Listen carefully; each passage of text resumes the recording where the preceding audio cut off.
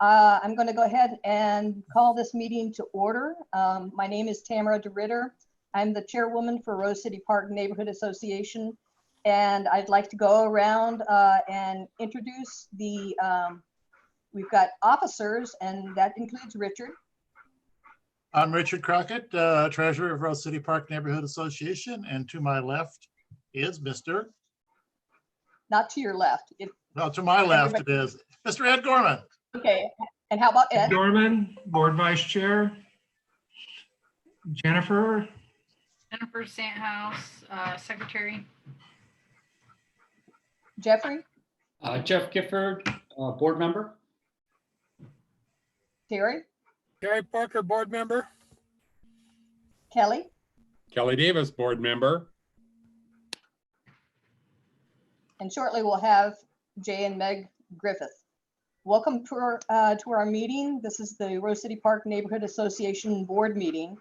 And we're coming to you live on YouTube. And if you have questions or concerns, you can raise them during the meeting at any time just by using the comment function there on YouTube. This is my assistant, Sasha. So she might be playing with the keyboard here shortly. Tamara, to Yeah? communicate, they want to use the chat feature, I think, on YouTube. And to access it, well, if they're watching it now, they know how to access it. So I won't make the announcement. Use the chat feature. The question is, do we have someone watching that chat feature? Okay. I got it. Good. Thank you. So if someone does write something on the chat feature in YouTube, Ed Gorman, our vice chair, will pick that up and relay that to us in real time. So there is a slight delay, like just a couple minutes, but we will get to you. So give us a little patience. I'll go over the agenda here. We've got the revisions and approval for the agenda, minutes for the May 5th, Treasury report, Central Northeast Neighbors report, if there is one. Then we have new business, and that includes the Zoom plan. It also includes the follow-up from the general membership meeting, the Walker Awards. That's followed by a decision on the support for the overhead continuous descent approach, a review of the May 26th general membership meeting. How did that go? Then followed by our committee actions, and that includes the Rose City Park neighborhood newsletter with communications. Land use and transportation have a discussion about a vision triangle recommendation on Northeast 50th and Fremont, as well as an addendum to the Rose City residential infill project testimony. That is proposing to reduce the 80% MFI requirement for units to 60% MFI. We'll talk about that more then. Also will be followed by the events committee. Then the environmental committee, hopefully we'll have an update on the nuisance house issue on 60th. Safety committee, and then Rose City Park playground project. Are there any changes to the agenda at this point?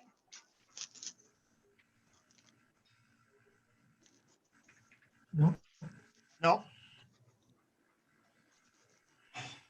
Does anyone listening on YouTube have any new business that you'd like to bring up? You have a little bit of time to respond. We were going to go through the minutes and Treasury report and CNN report first. So if you have any new business, please bring it up at this point in time. Just go ahead and type in the chat line and we'll get that. Okay, let's go ahead with the minutes. Has everyone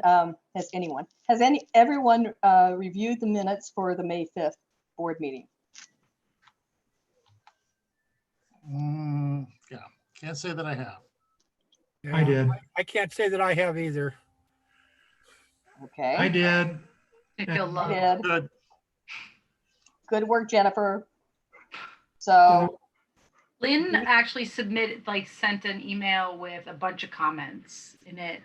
They're grammatical in nature. So she changed motion to moved. And Who submitted this? Lynn, Bella. She did have a question around if there was a second regarding the Zoom Pro plan. Oh wait, is it the right one? Yeah, May 5th. Yep. Well, Jennifer, this is the one I sent you with Oh, that didn't come through. a couple weeks ago. Lynn sent hers so late today, I didn't look at it. I don't know what but I did get some names right. And basically, again, it was just some corrections. And other than that, and I think I shared with you that the teacher parade confused the Right. hell out of me. But we decided Well, it's over now. that wasn't relevant. So, yeah, they look solid. They do. Thank you. Mhm. I'm good with all. Yeah. So all Ed's comments, I'd like to incorporate those. Excellent. So is Nope. that a motion? I'll I don't move know to if I get to accept move them on my own as, thing here. as revised. I'll second it. Okay, all those in favor say aye. Aye. Aye. Raise your Aye. hand so it's Aye. self-indicated. Is there a J in Meg there too? We said aye. Okay, Yeah, we don't have video for some reason, so sorry about that. that's okay. We just have to identify the voices because right now we're not seeing the screen. So those board members that are here indicate that you said aye. Aye. Yeah. Aye. Okay, so Right. that's the majority. So all those opposed, same sign. Okay, motion passes. Thank you. Treasury report, Richard? Okay. So Ed, can you share that, please? Which one do you want, Richard? The treasury report, not the budget, right? Yeah, Okay. that one first, please. Stand by. I'm dancing as I can. So again, a very slow month, not much going on. We did purchase the Zoom that we were using for our meetings last month for $14.99 for the monthly. We also had to pay $50 for the CNN calendar hosting. That's something that each neighborhood association within CNN has to pay to get our meetings up on the master calendar. We don't have much choice in it, and that's just an administrative communications expense that we have to come look at every year, just like having the So it's an annual hosting. expense, One annual expense, yeah, $50. not bad. Okay, And we got a response. I'm fairly certain it came through the website. Sold 2 books. Person came by and we picked them up with no contact. I got the money and got it deposited, and then we got our whopping 39 cents worth of interest for the month. yay. Yay. Since then, we have done other business, but just to say for Ed's purpose and for community partners, I did hear from CNN today that we have another $200 check coming in from PGE. So I will get that and get it into the bank as well. Okay, Did I Richard, understand that that's from PGE? PGE, yeah. Okay, And thank you. Richard, there should be a second one from me coming in. It's been approved, but it was a second quarter approval, so it may be a few weeks, but there should be 200 coming. Okay, great. Could I ask a Great. question here? Sure. Are we doing any advertising for the book sales for the history books? Either online or in our newsletter or on the Facebook page? We have told, we have seen in the online somewhere that you can order them and telling them where to find it. So I've seen that. I also put something in the last newsletter, Terry. Okay, Yeah. all right. That's one I would think I saw, Lynn. All right, I just wanted to be sure. I happened to mention it to a neighbor that lives in Ben's old house on the corner of 60 or 65th and Tillamook, and they seem somewhat interested in it, even though they're not in our neighborhood. They're interested in Yeah. what's going on in the area. Yeah. Okay. So Ed, can you bring up the I will. Just one thing regarding the Zoom, the annual. This morning I got an email that said you could get it for like 42% off. And so I called and I was going to hold that off until we got down to that discussion in the agenda. just forget what I said. Okay. All right, hang on. I got So the other piece that's going to bring up here is the budget and where we stand at the end of May. And again, this has not changed a lot. Income shows that we are behind about $3,100, and that's because we did not have a cleanup. I'm going to step out just for a second. Okay. So you can see there the budget for cleanup was 3,400. We only got 222 in this fiscal year from metals. So there's a big gap there. We did not make our ads goal, but we did get almost $700 more for CNN support. That was a surprise. A little bit low on the community partners, but we're going to have another 200 coming in before the end of the year. So that's going to be much closer than it is there. Donations, those are just things that came in when we had meetings where we had people, and that's not going to change. The other things in income, that's pretty much set up as it is. We go down and look at expenses. Most of the administration things, that's good, are not going to happen. The state filings, CNN does that now. All the signs, postage, parking, general meeting refreshments, we're not going to have that happening. We're not going to have the cleanup expenses. We're not going to have another printed newsletter before the end of the year. And we don't know what's going to happen with the community awards. That depends upon what happens within this meeting. And the concerts, we have the money set aside for the talent, and we'll probably just flop that over into next year. Richard, Yes. I would also make the mention that we saved money on not printing the May newsletter. Okay. All right. Questions? All right. One question I have.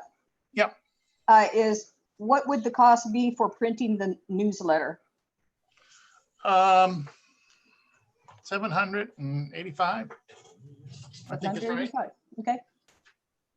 Let me check the latest one here. Why don't you not wait for me and just go on, and I'll tell you what it is. There we go. 789. Okay.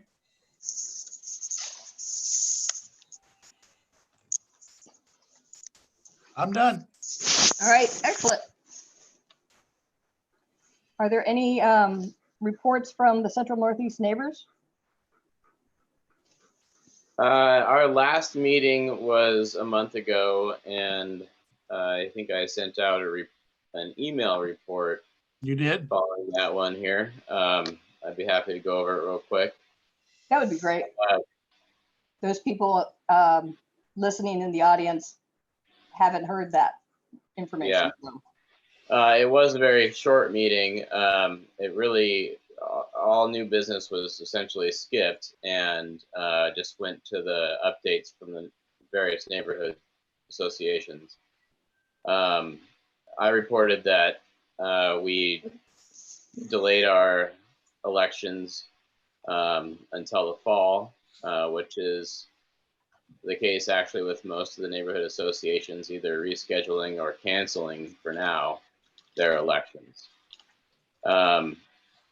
There is a redesign that was reported from the Hollywood Neighborhood Association of the Hollywood Transit Center. There are no specifics apparently from TriMet or transportation officials on how or what the redesign is going to entail. But they did say that the nice mural there that came as a result of the tragic deaths that occurred there a couple of years ago will not survive the redesign. So they're working with the artist to do something else and incorporate that into the redesign of the transit center. Apparently, at least as of last month, there was no information available online about the redesign. So we'll see how that goes forward. It was also reported that the Wilshire Park Playground project is moving forward. They've received as much funding as they need and are moving forward with their project. I'm not familiar with their project at all, so I just thought that was notable. CNN has also purchased a Zoom account and made it available for neighborhood associations to use. We would have to schedule with Rhonda if we wanted to use their account separately from this account that it looks like we've signed up for. So if we wanted to save that money, that's available for our use, but sounds like a bit of a hassle. Next, we were informed that the Metro and the city will no longer fund neighborhood cleanups. Any cleanup going forward, if funded with those dollars, will be essentially through affinity organizations and other organizations that are separate from neighborhood associations. If we want to do our own neighborhood cleanup in the future, we can do that. We have to fund it entirely and or get some CNN assistance if it's available. It was reported that CNN has enough budget to get through July. You know, at that time, and I guess now we don't really know what the budget past July is going to look like. So it's sort of up in the air. And besides the Fire Bureau having taken over the community room at CNN and making meetings there not available, you know, we have Zoom meetings anyway, but following, I guess, this month, which I don't think I've seen confirmation that there will be a meeting, we'll be on summer break for CNN anyway. That's all we've got. Okay, can I ask you a question? Sure. Did the cleanup information come through Civic Life, or do you know that? I don't know who decreed that, if that's kind of what you're asking. Civic Life that canceled it. That's the reason why I was asking. It was clear that CNN had no real input into that, but was made, you know, it was made known to CNN that not to expect funding in the future. Thank you. Okay. All right, we're going on to new business and we're going to talk about the Zoom platform. Ed, do you want to take it away?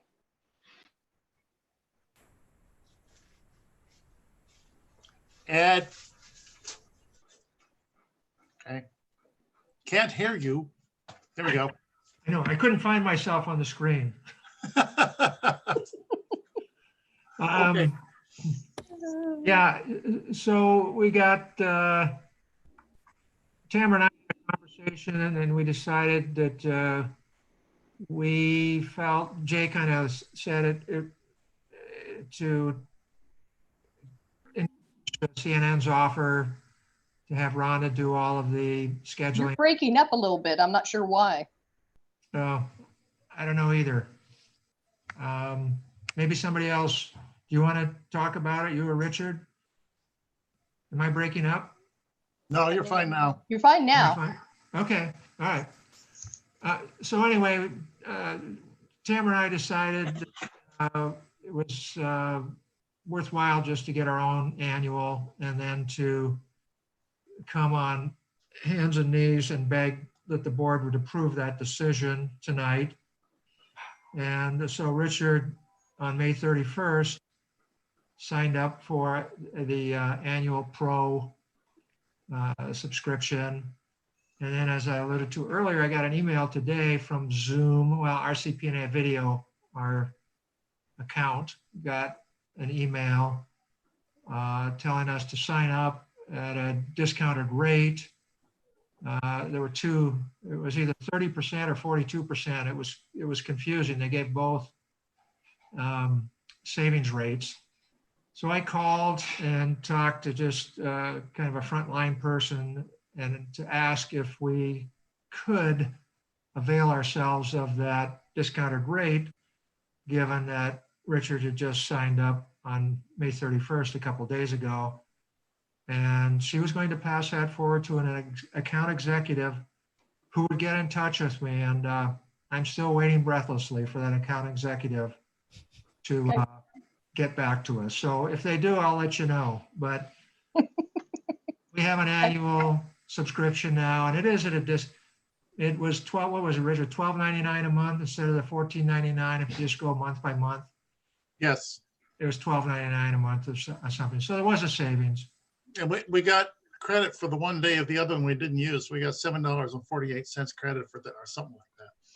Woohoo. Woohoo, that's great. I assume Yeah. you told them. Oh, the other thing Yep. was that Rhonda said that CNN would cover 6 months of our annual subscription. So Richard had submitted an invoice to her, and it's going to equate to about $75. So half of what we're paying. And that was done, and the check is on the way along with the check from PGE. So I should see that before the end of the week. Okay. I assume you told the Zoom people that we were a nonprofit, or basically. Your assumption is correct, Terry. Okay. I'm not sure they really cared. Right. But we may end up only having to pay a small bit if we get this full subscription for less money. Yep. That's great. That's great. Okay. So moving on to Wait, Tamara, I think we need to a motion. a motion and a second, and then the board vote on whether we pay for it out of our pockets or the neighborhood association will pay for it based on our rash decision. Good point. Now, let's have a, yes, Jennifer. Jennifer. I move that the board pick up the annual tab for the Zoom meeting hosting. Here's a first. Okay, motion. Is there a second? I'll make a second. All right. It's been motioned and seconded. All those in favor say aye. Aye.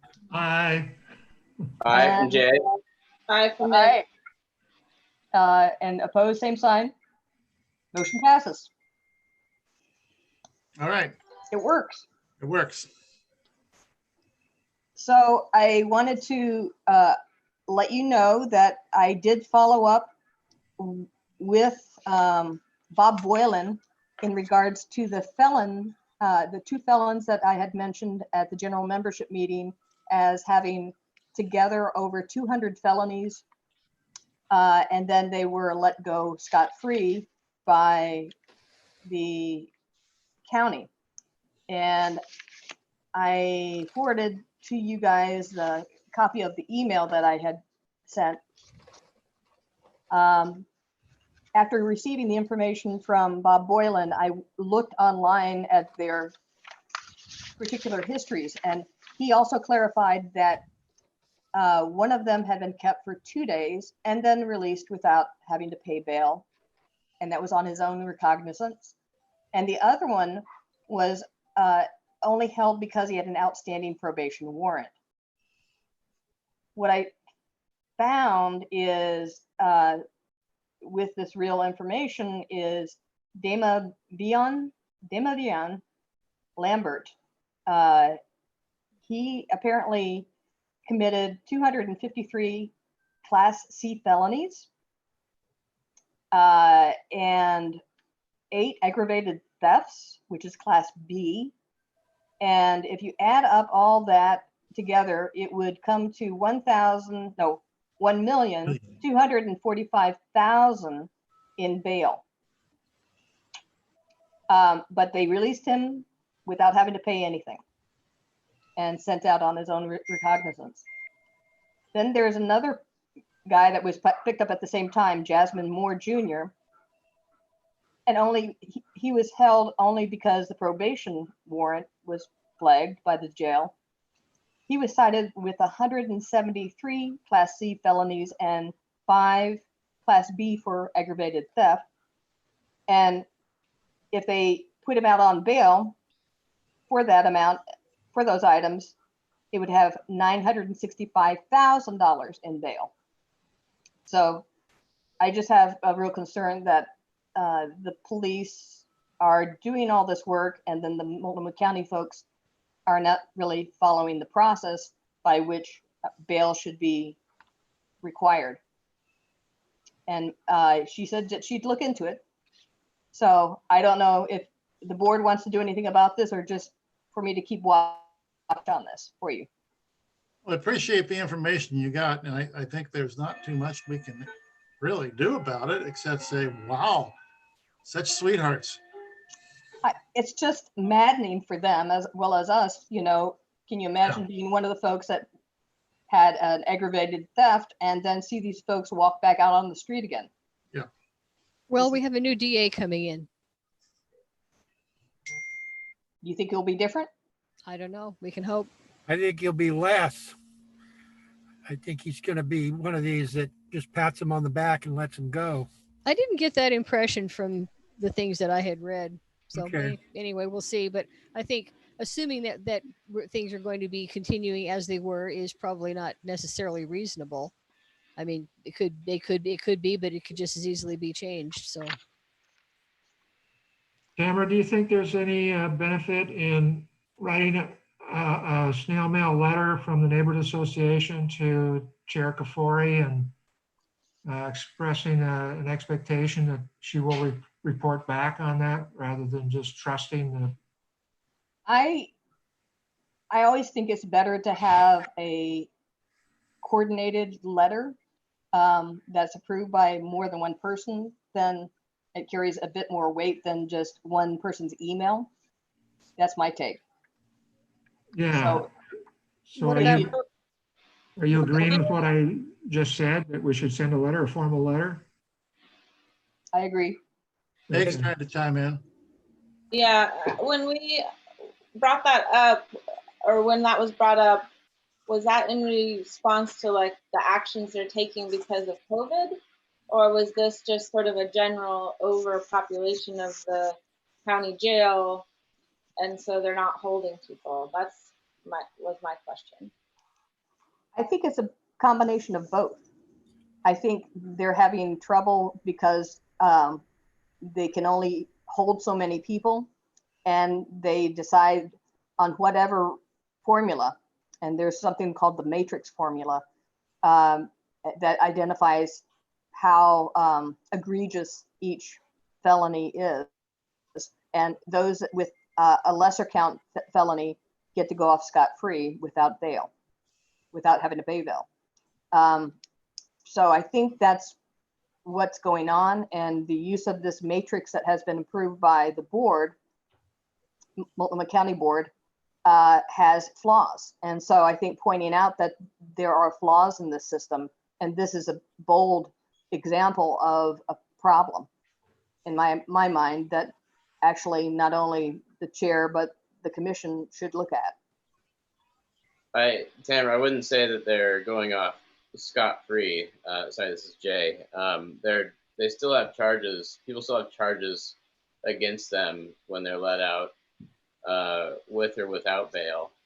And the system still works through the prosecution of the crime. It's not that the jail gets to decide not to prosecute, assuming the prosecutor has decided that there is enough evidence to move forward with the prosecution. Okay. Question here. Do you think that, I mean, I agree with the idea of the letter, but do you think a copy also ought to go to possibly Sheriff Mike Race and possibly the DA, so that it's known? Because it seems like in the past, the legal department or the law enforcement has been somewhat separate from the county commission. And so I'm thinking maybe we ought to send it to both, or at least copy the legal aspects of it, the legal people. Well, I'd like more information from Jay, if he could, to help us better understand why it would be okay to let these folks go without having to pay bail. If the system doesn't have the space to hold somebody in a constitutional manner, meaning that their rights are protected and that they have the living situation that the Supreme Court has said that is required, which includes space to sleep and soap and stuff like that. If they don't have those things to provide, then they rate, as you've said, the folks that come in based on whether it's a property crime or a crime against a person. And it sounds like these are probably all property crimes, and they're automatically then lower than a crime against a person on their scale. Class C felonies are, bad. That's quite a lot of Class C felonies for someone to have without bail. I agree, but times are different right now, and we can't be housing people in conditions that make them sick and die for having committed a property crime. Okay. And in many places, they're releasing people from prison because of the conditions due to COVID.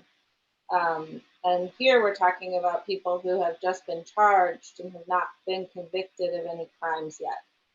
So in the jail, you're just being held because you're charged.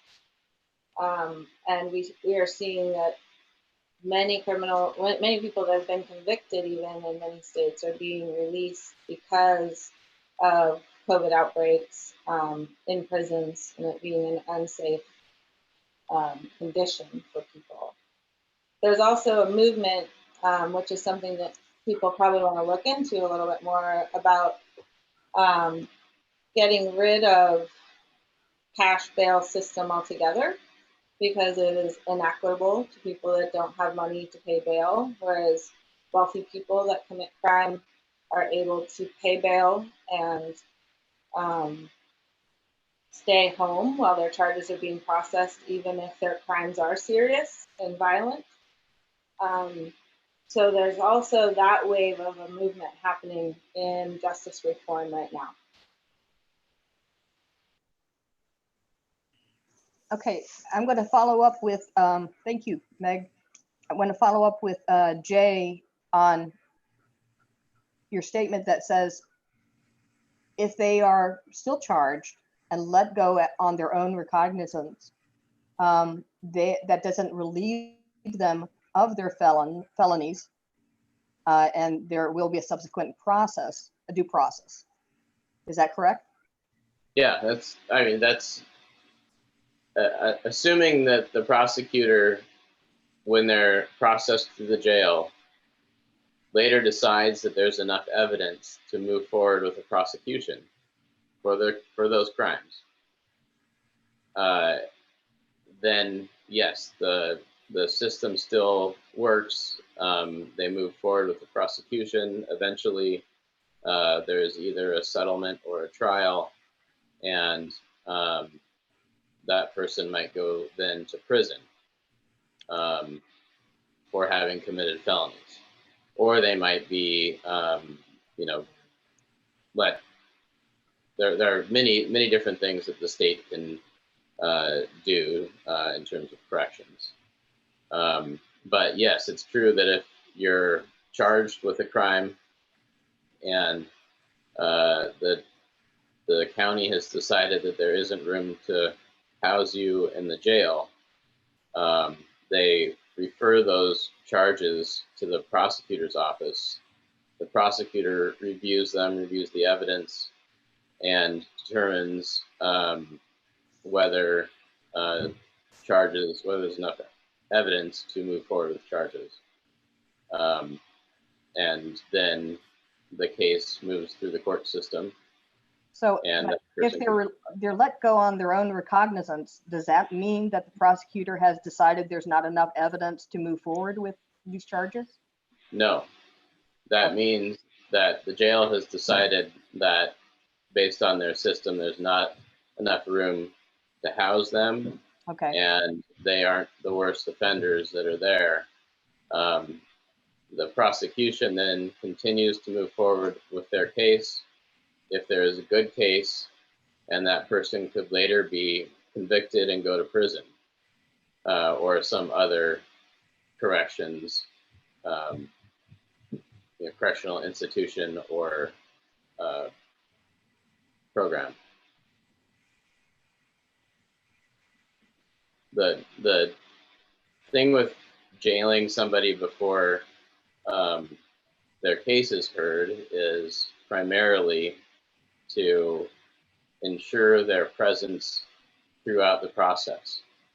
Got it. So, and sometimes these people, might skip town. They're told that they have to stay in the state. They have to stay within certain parameters. You can't do this, you can't do that. But, some people will follow those rules and some people won't. And then a warrant will be issued. And the next time they run into a problem with the law, which probably wouldn't take too long, they probably wouldn't then be held. That's why you had mentioned that there was one person that had a standing warrant for I forgot what you said it was for, a probation issue. So if there's a warrant on their record, the jail will hold them and take time to look into that. And if there's a bench warrant for having skipped on an earlier arraignment, they're probably not going to let them go. Jay, do you know if the quantity of felonies that have been charged against each of these individuals, are those atypical or are those fairly typical quantities for the population of people? I don't know. I don't work in criminal law, but it's kind of astonishing to me on a personal level. Yeah. Tamara, maybe you could ask Kafori's office if they could give us that. Are these aberrations atypical, or are these typical high number of felonies that these folks that they're dealing with? Is that typical for them to have that kind of number? Okay. felonies of this type or this class. Yeah, Class C felony.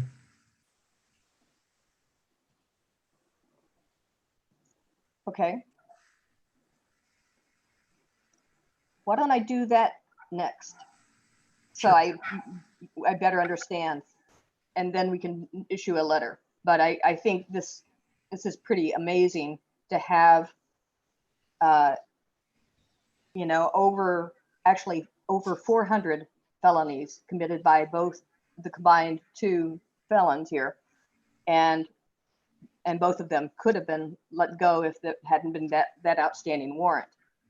I just feel for our police officers as well as our neighbors that are getting dinged every time they turn around as far as thefts. You know, catalytic converters, everything, you know, things that just disappear off the car and inside the car and outside the house. Now, are we talking about the house on 60th? Is that what I'm? Oh, no, we're Or not we there not- yet. Okay. Okay. Okay. All right. I will move forward with that unless you want me to do a letter. Does that sound Yeah, do, That's like a good plan to make, Tam. yeah. okay? All right. Now we have Walker Awards, please. We're running a little bit late. It's already 7:45. So you know, I don't know if we got anybody else nominate anybody. I nominated Eric Stiefvater, who was a former board member, quite active, also a newsletter editor for several years. Yeah, he was great.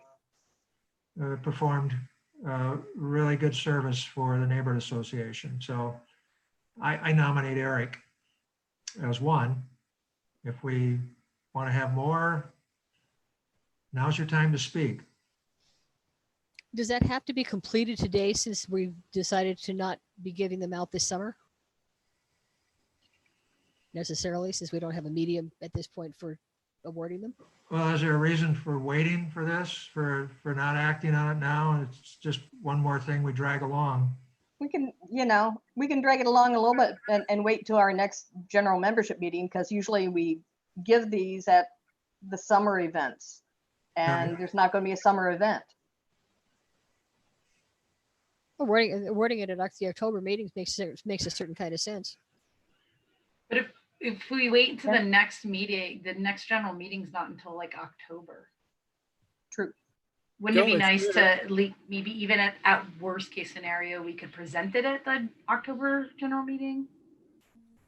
Yeah, because Richard's, whomever is going to need time to, there's a component of this award, and that takes time to order and have the engraving done. There's a cash component. So usually if we do it at the June meeting, and then we have like almost 2 months for that element to be completed. I don't know. Okay. We're going to be re-gearing in September and October. Well, we're going to continue to have board meetings through the summer, are we not?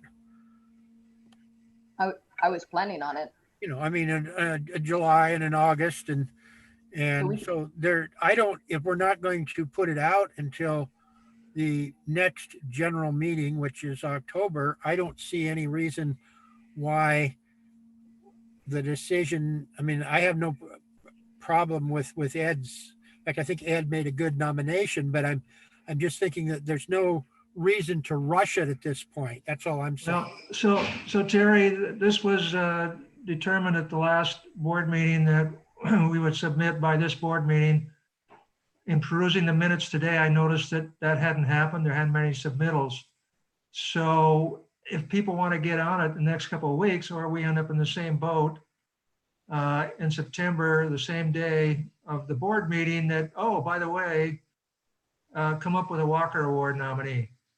My mind's blank on anybody, so okay. I'm just and maybe somebody else's is too. I don't know. And we typically award them at the concerts, and if the concerts are going to be in September, we can't really do this at the October meeting because it's going to be done.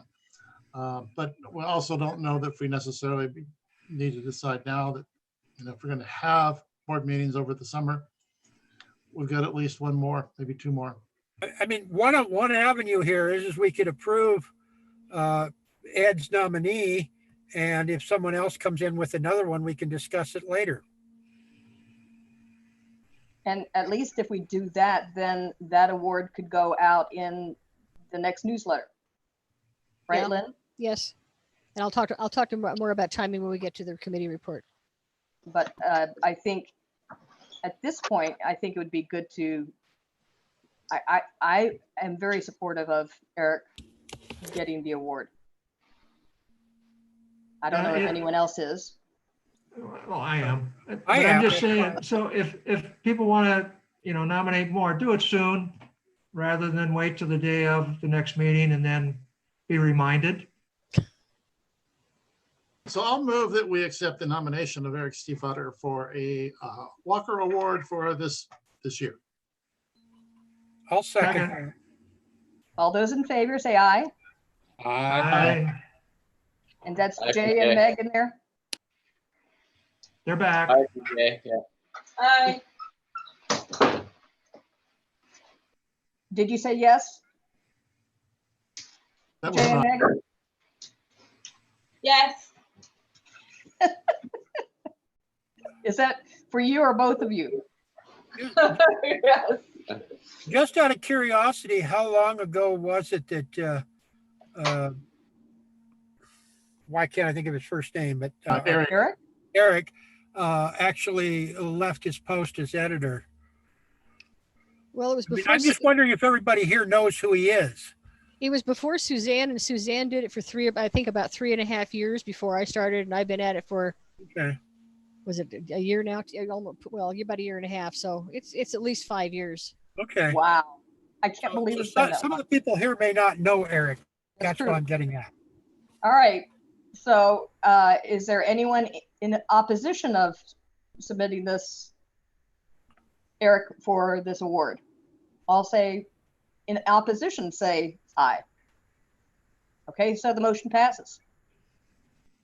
So we've got Eric for his outstanding work as our newsletter editor And board member. and as a board member. Okay. He did the website Oh, that's right. for a while. So Mhm. forget that. He had a huge load on his shoulders. Yeah. Yeah. Okay. I think if any more come up, let's think about that and maybe bring that up within the next 2 meetings. Sound good? Okay. Fair enough. Now we're off to the decision on the overhead continuous descent approach. And Ed pulled together a great synopsis for a survey, and I didn't forward it on to Meg apparently. And so I dropped the ball on that. And so a survey has not been conducted. And so we can't really add any more information at this point in time. Can we continue this to our next meeting? Sounds This is good. Jay. I say we table it. I second that motion. Okay, Meg? all those in favor? Continuous? Aye. Next meeting? Aye. Aye. Okay, same sign, opposed? All right. Then moved. Okay, we're going to review the May 26th meeting. How do you think it went? I actually took a boatload of notes on this. I totally apologize for not sending that out, but I can just for giggles after. Okay, that'd be great. I thought it went really well. We had our little technical hiccups, but it was. Go what are your ahead. thoughts? Oh, I just think it's great. We got positive feedback from people that haven't been able to attend before because they did it via YouTube. And there were some really nice, I thought there were some really nice emails about it. I thought it was great. Great. This is Jay. I thought there were some really good questions that came through from the YouTube audience, and I thought it actually went off pretty well. I thought Kafori was very good. Hmm. She Yes, was she was. She was engaged. an excellent speaker. Yeah, and she was engaged in wanting to have a dialogue. Hmm. I think it very much was a dialogue. It wasn't just a bunch of rhetoric. That was refreshing. Very. So, Yeah, I agree. She was a good speaker. I like the also having a little bit of lightness in between. Kind of broke up the meeting nicely with stories and poem. The poem was amazing. Hmm.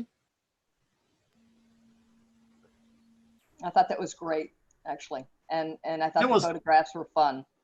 It was Video. nice to have the folks sharing that, they were there to share their stories. That was fantastic.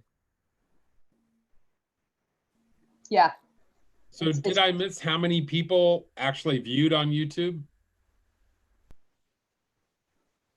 We think it was around 14.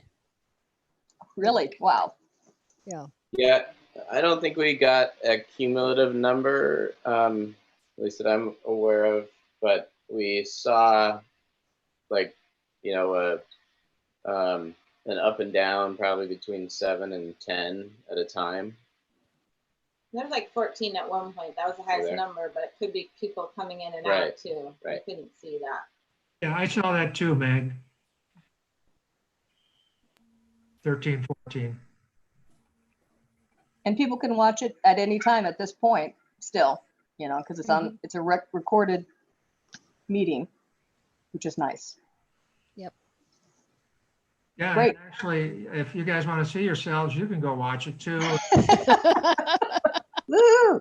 I do trim off the beginning while the chit chat, and at the end, I edit that out. And for the conversation, again, that we kicked down the can about the overhead continuous descent approach, I excised that out of that whole meeting. So that's a standalone. It's about 41 minutes. If anyone cares to view and listen to that for their own. Okay. Are there any lessons learned that we can carry forward with this last meeting and what we did? I think maybe carrying forward the idea of keeping things light in between the heavy stuff, especially during this time. And I did get some critical feedback about the discussion with Bob Boyland that we should actually identify some key questions for him beforehand, give it to him, and so he can provide some actual facts during his presentation. I think that's a good idea. Okay, great. Okay, let's move on to the committee actions and reports. We've got the newsletter with communications. First of all, we met last night and it wasn't a whole, it was a nice short meeting, so it wasn't a whole lot to cover, but we were talking about the timing of the newsletter and when we think we want to get that out. And the general agreement was that we plan on one newsletter this summer. So that being said, I'm aiming toward around the middle of July, and especially now that we're not going to have the concerts in July, we certainly have a little bit more flexibility there. So as much as I always would like to have advance notification of anything that anyone would like to include, I would say if we could plan on a deadline of around maybe the 15th of July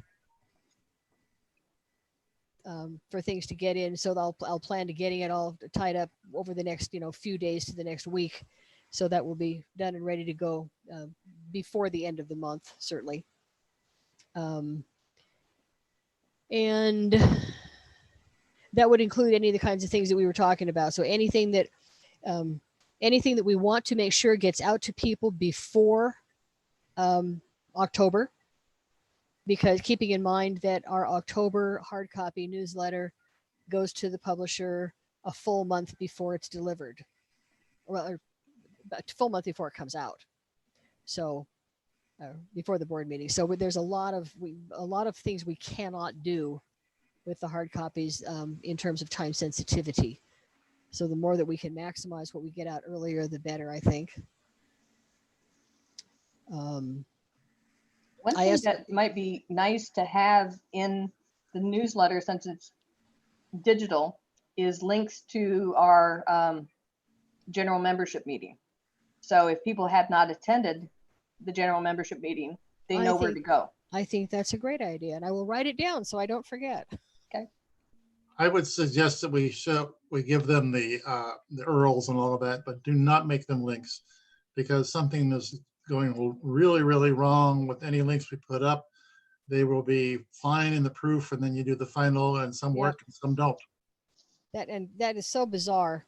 As most of you probably don't know if you weren't on the committee, one of the delays we had in getting the newsletter out just a little bit sooner was that I inserted hyperlinks as opposed to trying to spell out all the long URLs in the interest of space, and I do it exactly the same way on every single one. And yet for some reason, when I sent it out to the communications committee and Tamara for review, some of the links would work and some of them wouldn't. And it was just a nightmare trying to figure that out. And ultimately we just had to break down and spell out the whole URL. So there was a lot of work to do to make all those edits. But that was not fun because, well, yeah, because as you know, you think about some of the links that we have and our limited space, some of those links take more than a line to spell out the entire URL, and that's precious space.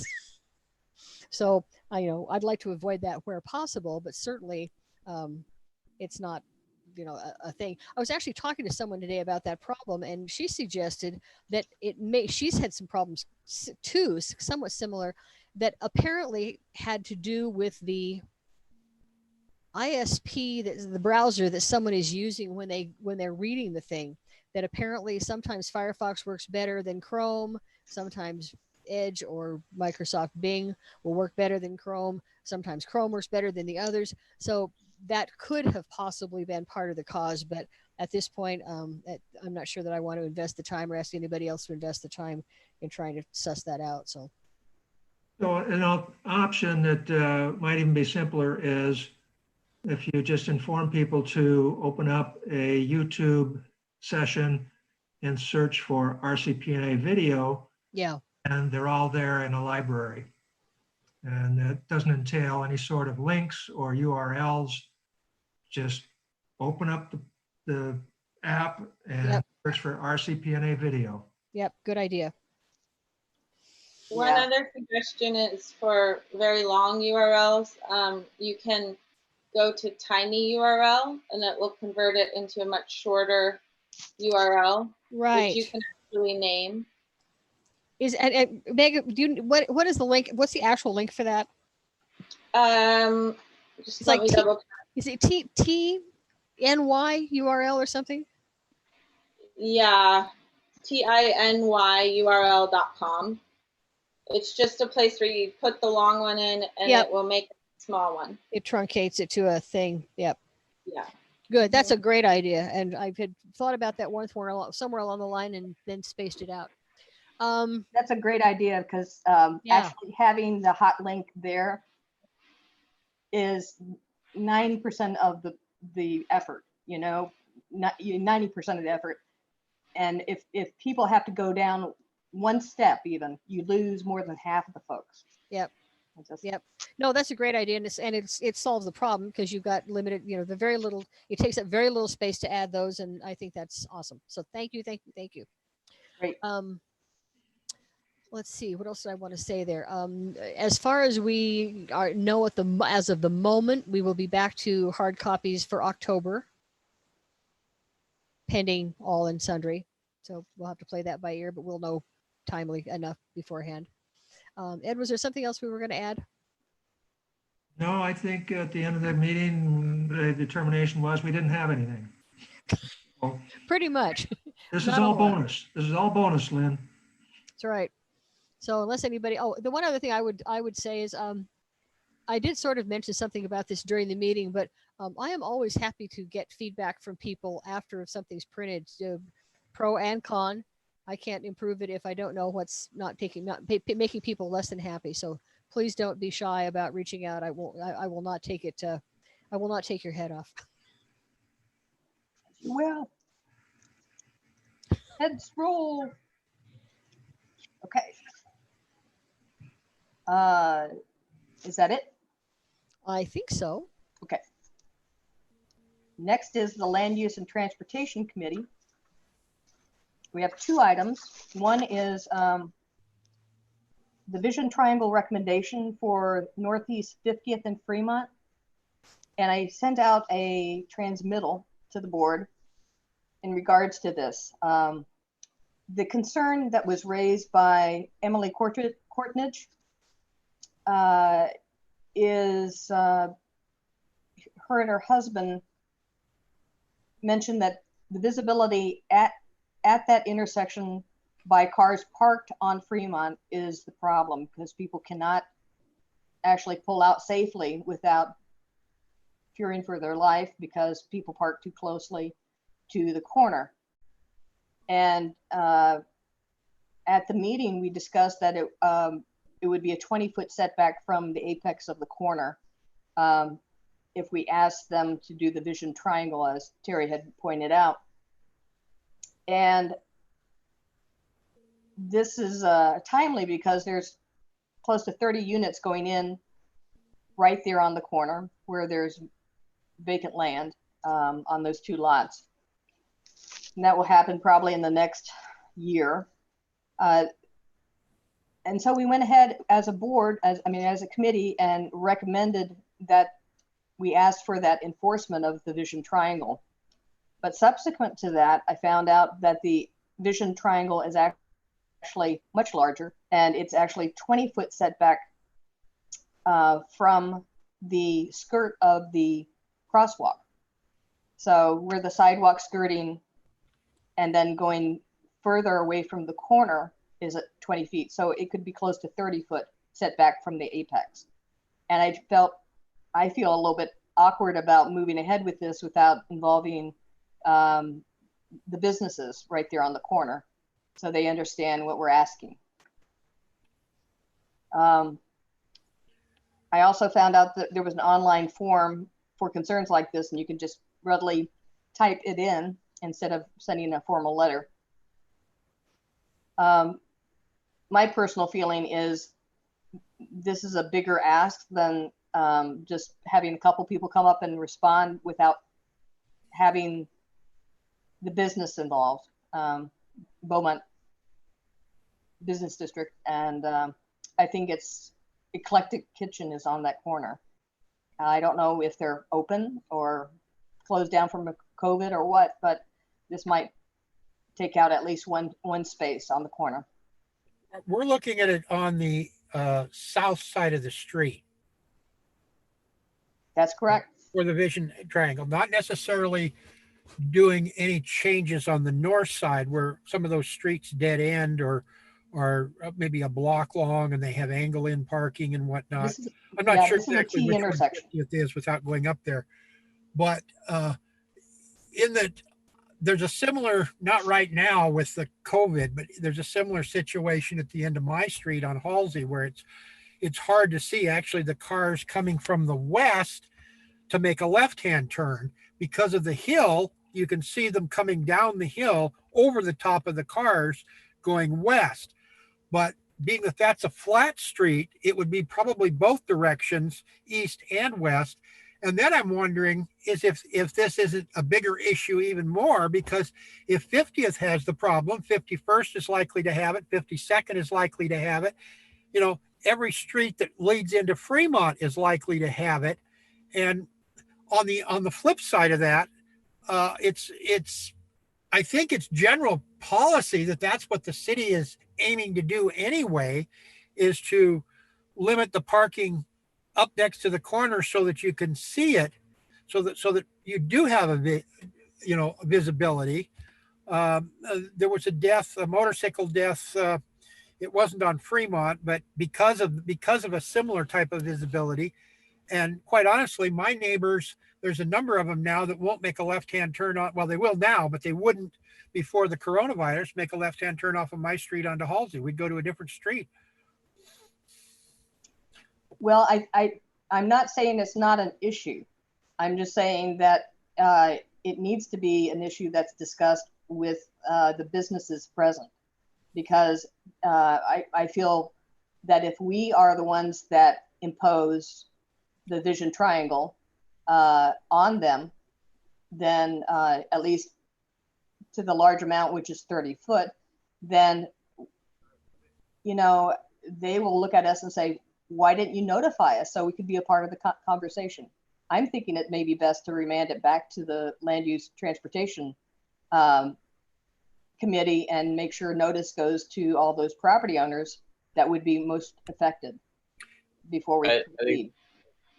Tamara, this is Jay. I think that's a really good comment. And I think that as we saw with some of the neighbors up, was it Snake Hill or whatever that's called, you know, there was some communication and notice issues there. And we would probably want to make sure that we put it out there that we're talking about this. Also, if you'll let me, I'd like to share my screen for a moment. Oh, it's disabled.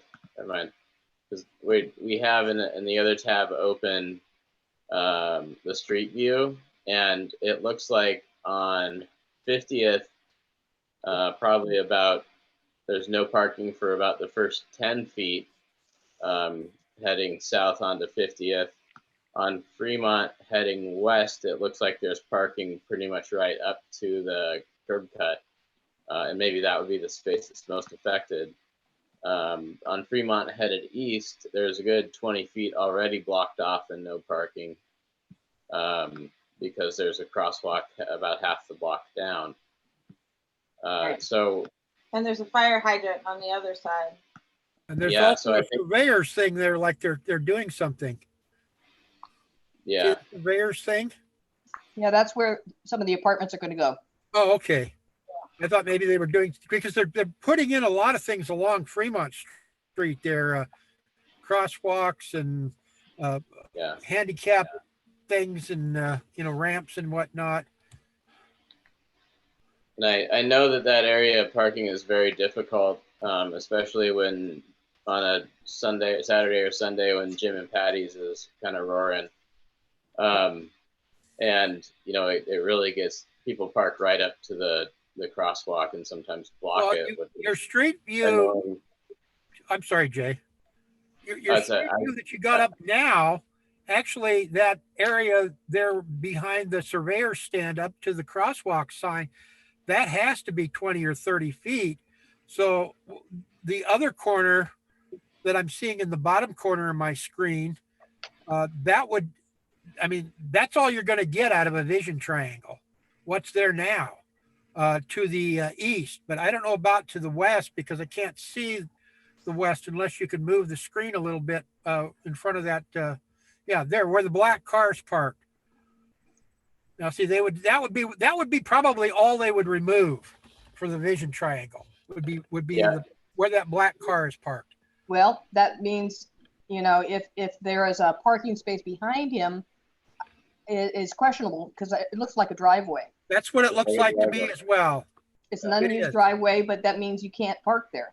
So we're talking about one parking space basically. Right. So it would take away the only parking space in front of this business. I really do want to make sure that they know we're talking about this before we ask the city to impose this requirement. Thank you for bringing that up, Jay. It's nice it's easier to talk about it when you can see it. Thank you, Jay. Yeah, Tamara, I think that's a good idea, Tamara. Okay. So do we have a motion? I agree as well. Yeah, I'll agree to that too. Let's host it. Let's host that conversation at our next land use and transportation meeting, and make sure that particular business is notified, and maybe some others. Yeah, it'd be nice to be able to get notice out to some of the others as well. Okay, so is that a motion? I thought Jay said something, and Sure, that's a motion. That's a motion. Are you seconding it? I'll second it. Okay, all those in favor of putting this back into the Land Use and Transportation Committee, say aye. All those opposed? Aye. All those opposed, same sign. Okay, so the motion passes. Thank you. Next, we have the residential infill project, which is going to public hearing tomorrow at 2 in the afternoon.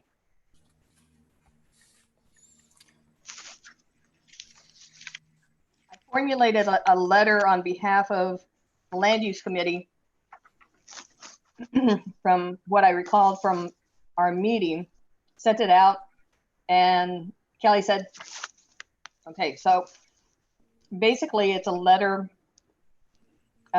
with the recommendation by the Land Use Committee saying to revise the residential infill project implementing language to provide for 60% MFI, that's median family income, versus what they have now, which is 80% median family income. And what I was able to do is pull together some information regarding the going rates. Even at 80% MFI, the cost per square foot would be $2.50. So given there are economic struggles right now with unemployment and underemployment, the greatest need that we have is at 60% MFI. And if we allow more density in our neighborhoods, we should make it equitable to more people. So that would be, that's my spiel. Just to let you know, also, there's been a number of calls to postpone the hearing. I don't know that it's going to happen, but given that it's the last hearing, the one on, I think it was March 12th, they postponed it 20 minutes before the hearing was even going to start. Everybody was already at City Hall. At least you don't have to physically go down there.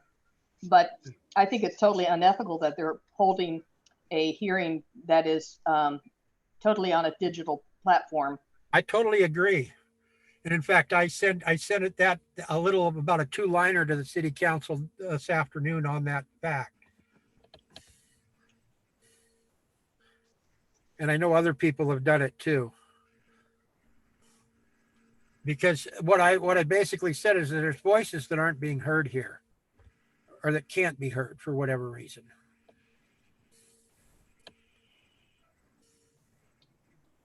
So now is the time that the board has to make any additional changes to the testimony that has already been approved as of March of this last March for the residential infill project. So I'm open to suggestion.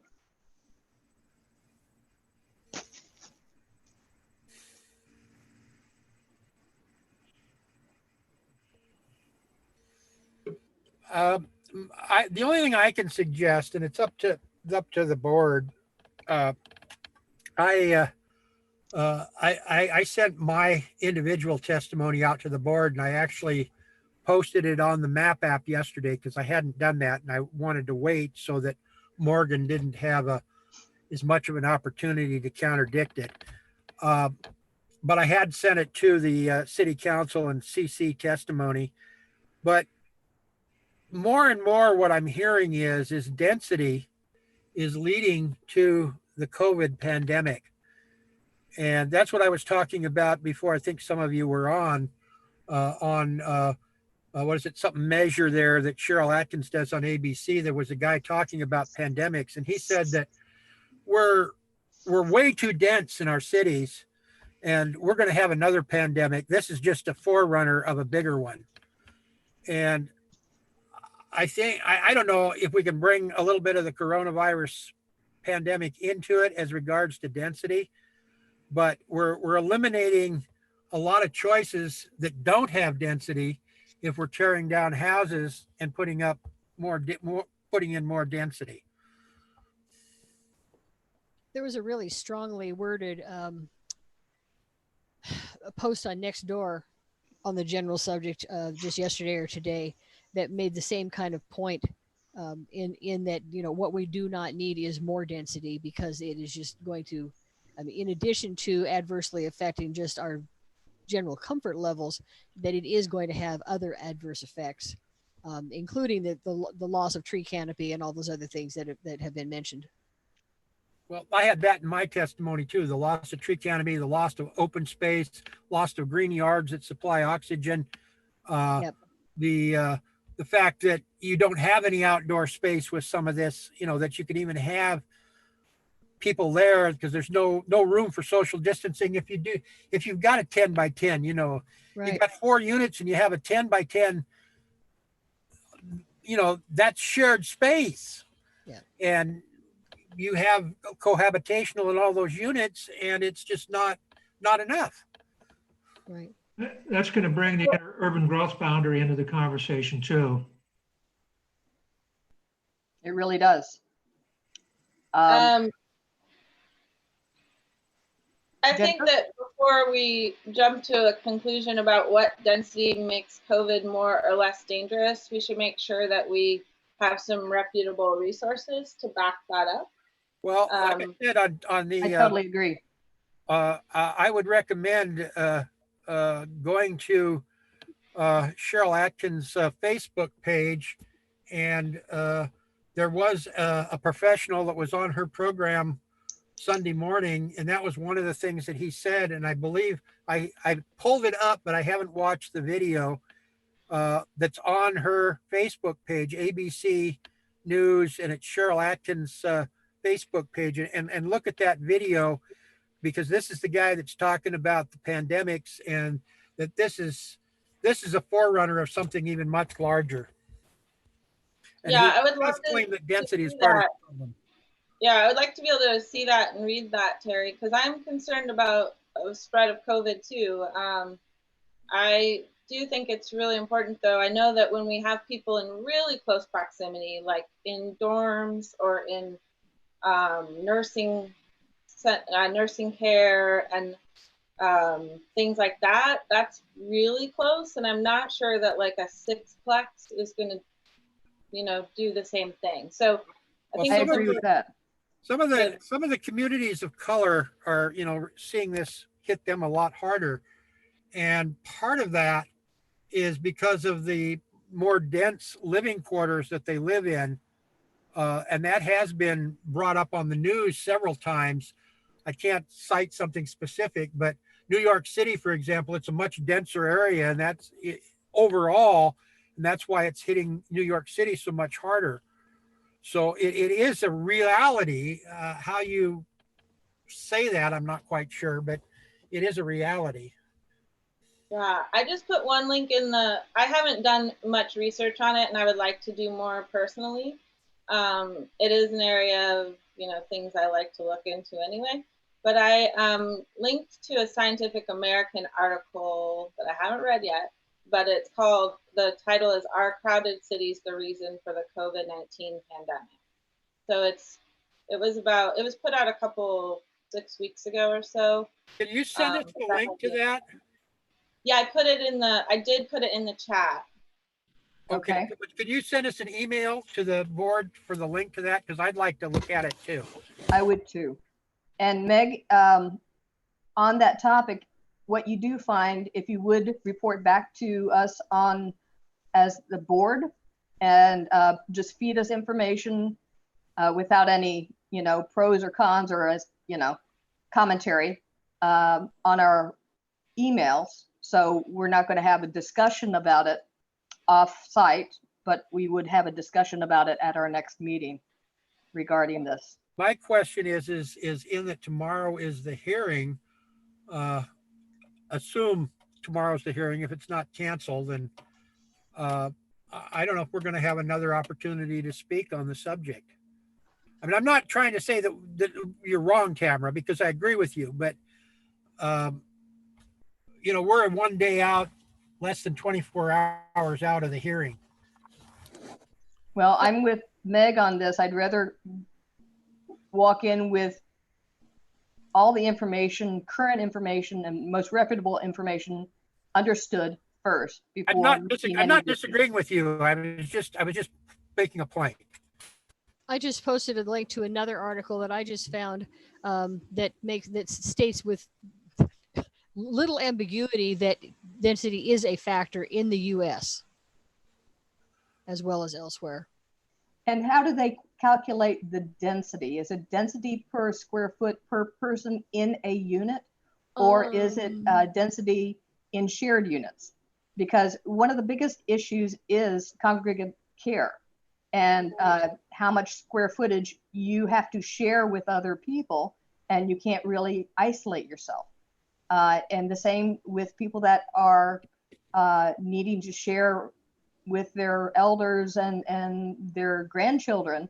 You end up having people, 10 people to a living room sometimes. Right. I'll do some more And research. that's an economic reality for many people. And unfortunately, it disproportionately hits people who are of lesser means that are non-white. And I don't want to be tossing out negative insinuations towards people who can't afford to have more separate walls between them. So I'm wanting to take care in how we approach this topic and just how we define density and how we define the spread of the disease. I just posted the phrase that I used in my search criteria. There's a lot of stuff that comes up when you search on that phrase. And I just lost my picture. What do I do here? All I've got is the word Zoom across my screen. I can see you. What do I do? All I can see is the word Zoom in a white background. Can you expand your page? No, there's an arrow to go backwards, and there's a little round circle down in the corner. Add any. I'm scared to hit something that I might lose everybody.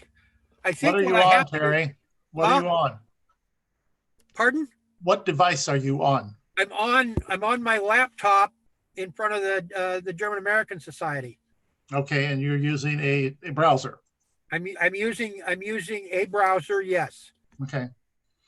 I found one that happened to me. All I had to do was go in and hit the show the entire screen, and I've got a full screen. A little square up in the corner. Sorry. There's a upper right hand corner. There should be a square thing that sort of creates a circle in the middle, and next to that is a grid of 9 little dots. Oh yeah, the T in the circle. I don't see a T, but try the one. You got the people's pictures across the top.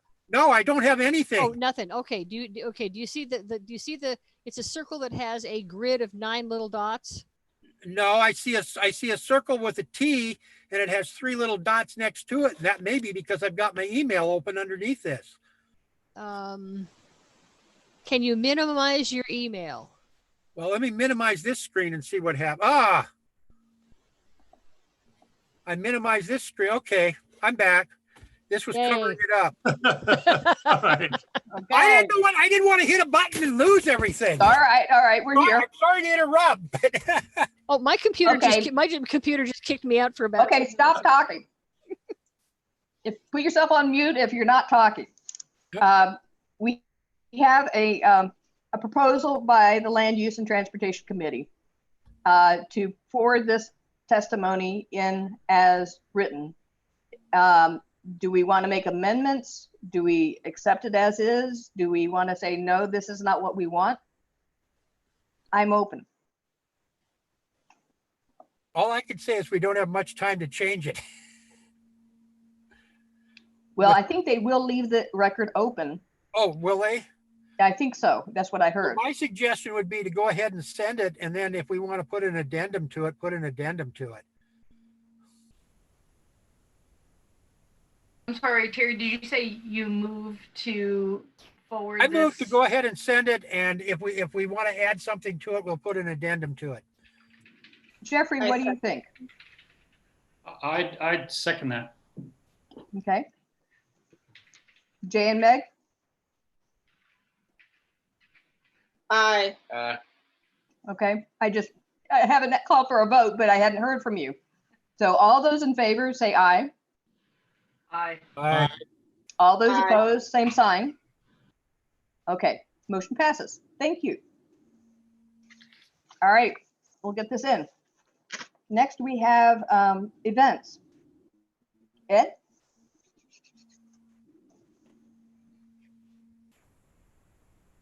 Who is muted? Yeah, it is No, muted. no, There you he's go. not. No, he's not. There he is.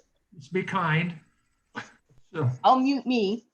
So I just got this email from the parks guy, Clarence Stone, essentially saying that the date of our event in July is estimated to fall within phase 2, which has a limit of no more than 100 people in attendance. Essentially, they're saying that they're yanking the permit. And Richard, I don't think there's a line there. They're issue us a full refund of any fees. I don't think we paid any fees. In fact, we get one event free. And one, is that how we get around the, and Richard, you're muted. Richard, you're still muted.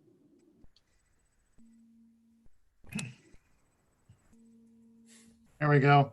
I'm checking to see if we have done anything as far as fees, and I think the only fees, we did something back in February, $110. Did we? Yep. Okay, then he's got that underlined bold text, says, please respond to this email before June 4th. I will respond to him and request that he refund our fees.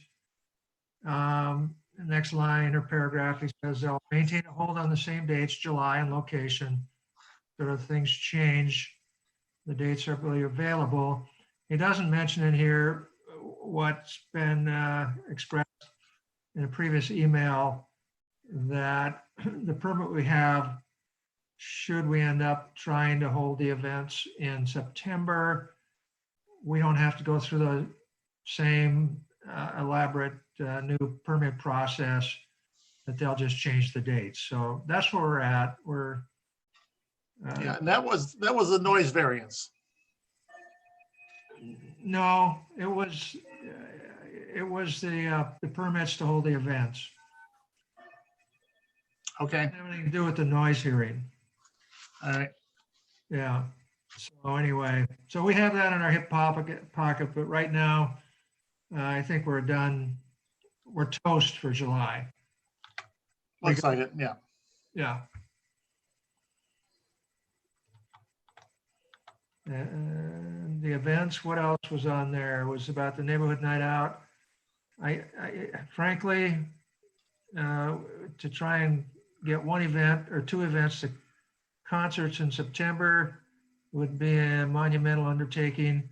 And I think item number 2 on the agenda, the neighborhood night out, I think we ought to forget it, my personal opinion. I don't think we have the bandwidth or the time, nor the energy to do that this year. My personal opinion. What is the normal date on that, Ed? The date of what? The neighborhood night out? Yeah. First week of August. Oh, okay. Didn't we talk at the last meeting about possibly combining an NNO event with a concert? Yeah, I mean, we could do that. I mean, Some kind of make it more than just the concert. It's kind of what I was thinking, and that's why I asked the question of when it was. okay, are you guys going to take that on then? I'm asking the question.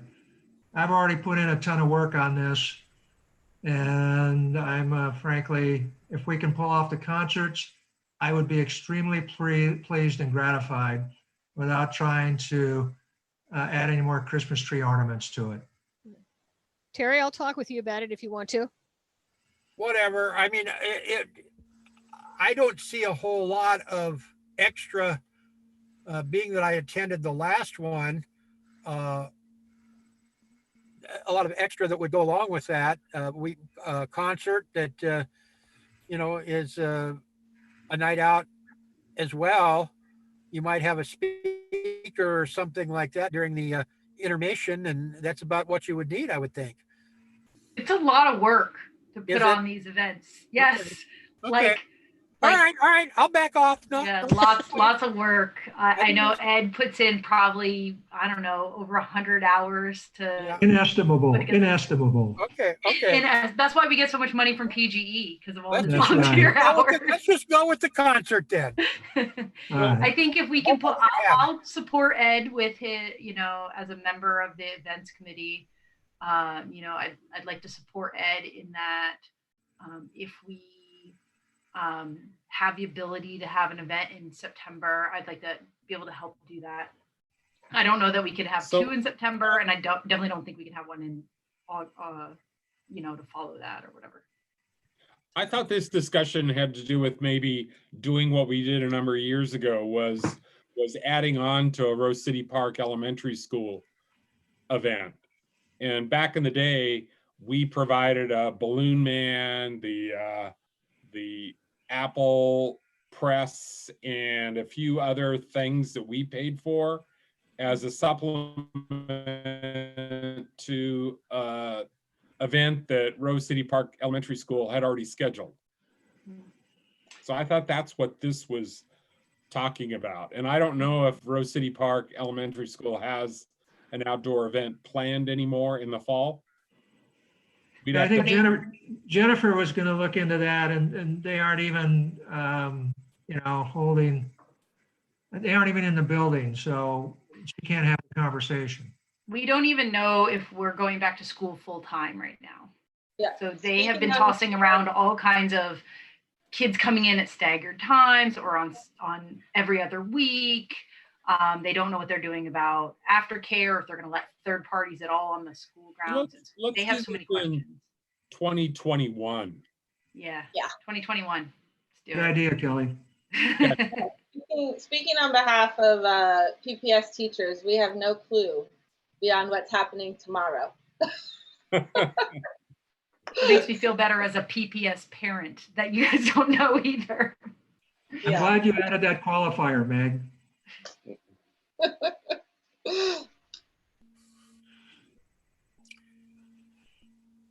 Oh, Tamara, you're muted. Still muted. There you go. I'm talking to me. Okay.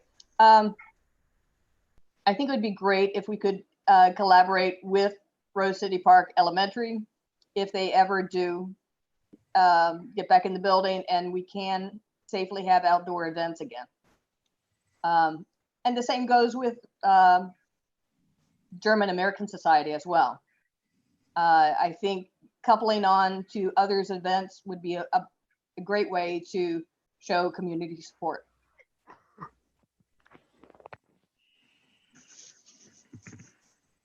Okay, are you done? Yes. Okay, we don't have Michelle with us. And my understanding is Michelle is going to be moving. And the reason she is going to be moving is because of the nuisance house located next to her. And it's horrid what she's had to go through and not get any real response from the city, county, anyone else in dealing with this problem site where they've had over 13 people living there at one time, the backyard turning into a chop shop, and her waking up to buzzing saws in the middle of the night, and people coming up to her door, banging on her door in the middle of the night, realizing after the fact that it's the wrong house. It's been one thing after another. So they're putting this house up for sale, and they have another home in Corvallis where they may actually end up moving back. So I had asked her to come and talk to us about it as a board so we could issue a letter. I think she's just exhausted and has backed down on that. Okay, and we don't have Don here, so we don't have any comment on the safety committee, and we don't have Joe here, so we don't have any information about the Rose City Park playground project. Does anyone else have something to add for tonight? It being 8:38. There I was, would only like to add that we just need to keep going with our messaging to our neighbors about social distancing, especially watching through the next couple weeks after we've had all these big gatherings. So that's all. Comment on that. Yeah. And wearing masks. I appreciate and say thank you for wearing a mask whenever someone comes by that's wearing one. Just positive support. yeah, I just offer that yesterday at the corner of 57th and Sandy, there was a protest demonstration. I think Jennifer found it somewhere. Somebody had emailed a poster, and then they had put lawn signs up around German American Society, which alarmed Margie and Hans, who were very concerned that they might have to board up the windows. Long story short, there were, I would say, several hundred people there or more. And I left after about an hour and a half. They were very orderly, and it was very peaceful. And there was an enormous amount of support from honking horns of traffic on Sandy and 57th. I didn't see any single digits raised out windows with those horns. I think most of it was positive. And so anyway, it happened. The KGW was there, I know for sure. I don't know if, I didn't look to see if there was a feature on KGW or not, but it was a pretty big event. What day was that, Ed? What was that? What day? Yesterday, Yesterday, okay. about 4. You think 4 they, to 5:30. It went on to about 6:30 or 7. you think they joined with maybe some of the other groups that went downtown? There were about three groups that left this demonstration and headed downtown on Alameda. And I've walked down there. That's probably an hour and a half walk. So good. Well, the reason I asked that, because there was a big demonstration at Laurelhurst Park, and they went over to the, what is it, the East Precinct there at 47th, and then they went downtown. Yeah, and that happened on Sunday night. That was Sunday. That's right. That was Sunday.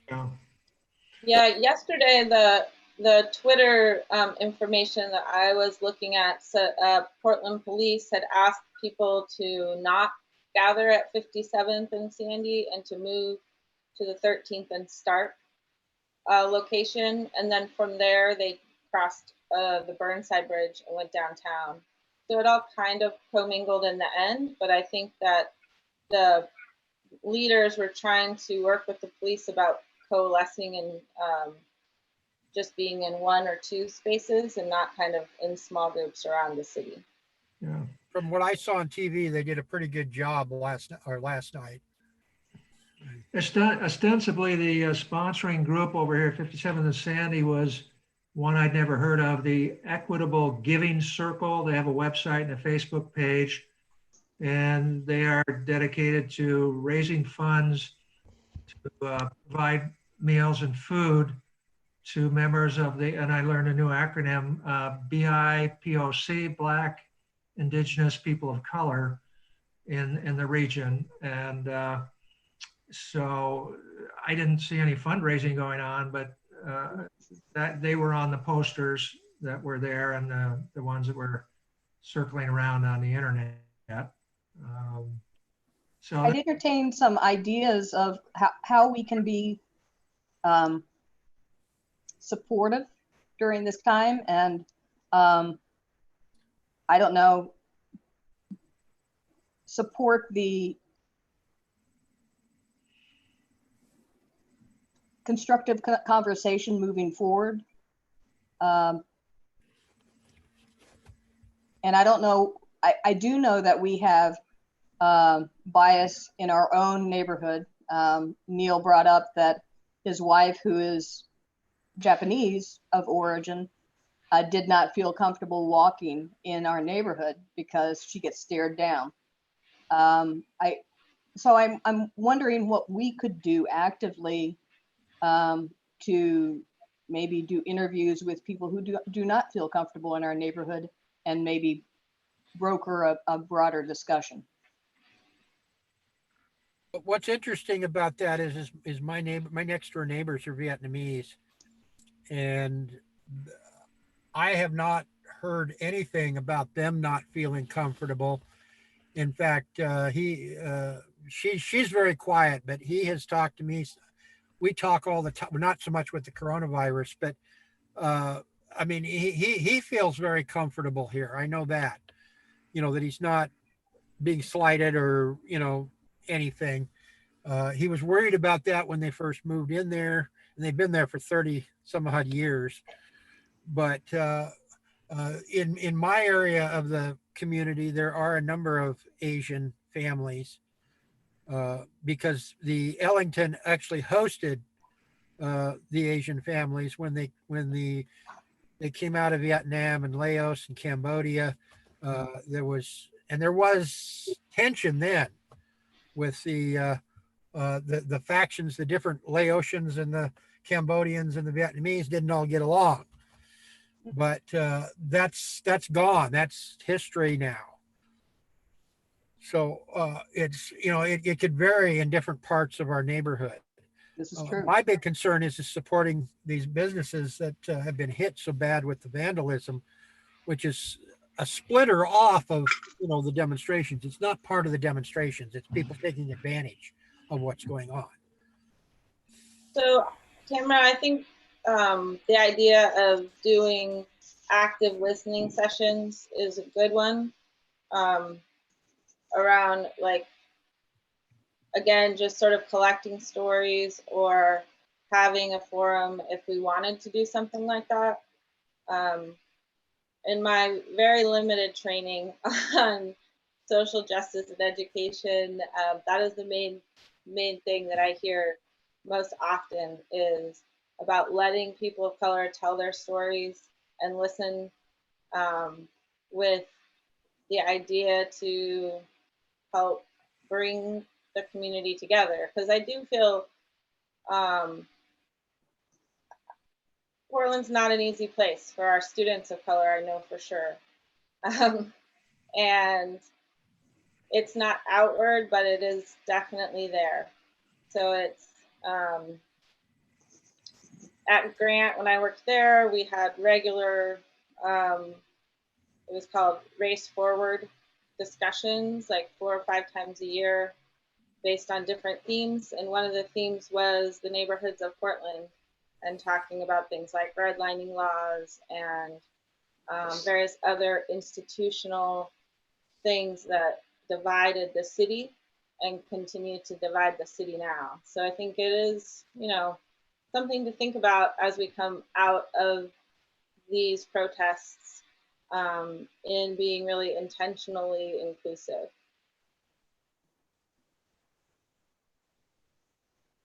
I would be interested in seeing what we can do to help host those for our area, for our neighborhood. I would appreciate your help, Meg, in maybe formulating something as a proposal. I am done with school next week, and with proper pestering, I can definitely be available to help. Okay. I need to get back to real paid work. I've been working on the land use transportation recommendations and all this other stuff for tomorrow. So we can look at it after you're done. Are you testifying tomorrow, Tamara, or are you? Yes, I am. You're actually testifying. Yeah. Yeah. I don't try to do that, being that I've got limited computer time, and I mean, I go to it like tonight. I've got 2 hours of battery before I've got to go back home and charge it up again. Well, we could just figure out a way for you to get on my computer or come here and get on the Wi-Fi or Too something. late now. It's too late now. 4 o'clock today was the last time you Oh, could submit. submit. Got Well, it. submit to do it electronically. You know, Yeah. over. Well, That's I will why do. I sent mine in. I will do my best to squeeze 7 pages of testimony that I wrote for us into 2 minutes of testimony. Good. Yeah. I'm just one of my big concerns is that the voice of the neighborhood associations and the voice of the homeowners really isn't being heard, because the people that want density seem to be better organized. That's what I've noticed at a lot of the hearings. Mhm. And Well, they're so- all related to the same group, and the same group that they're talking about actually comes out of Thousand Friends, Home for Everyone. And so that group splintered off into 4 or 5 different committees. And so each one of those people that came up and testified was one of those groups. Yeah. And But the whole thing is being funded by the development community. it really is. And it's very scary. Yeah, I mean, and you know, I mean, what's his name over there in Vancouver? I can't think of his name. Clyde, Clyde, yeah. what's his last name? Escapes me at the moment, but yeah, he's the one I'm thinking of in particular. But this whole thing is, like I said, it's being funded by the development community The through. multifamily development community, Yes. primarily, because that's how they're looking for more investments. And this is already land that's already has water and sewer. So Yeah, it they wanna is make the their last they big want to make their land million in grab. 3 years. Yeah, it's scary. Okay, folks, are there any other comments? Move that If we not- adjourn. Okay, second. All those in favor, say aye. Aye. Aye. All right, thank you, everyone. Take care. Seconded that? Say what? Who seconded that? Oh. Thanks. I can second. Sometimes I do. All right, thank you, everyone. Good meeting. Thank you. Bye. Good Thank meeting. you. Thank you. Bye-bye. Bye-bye.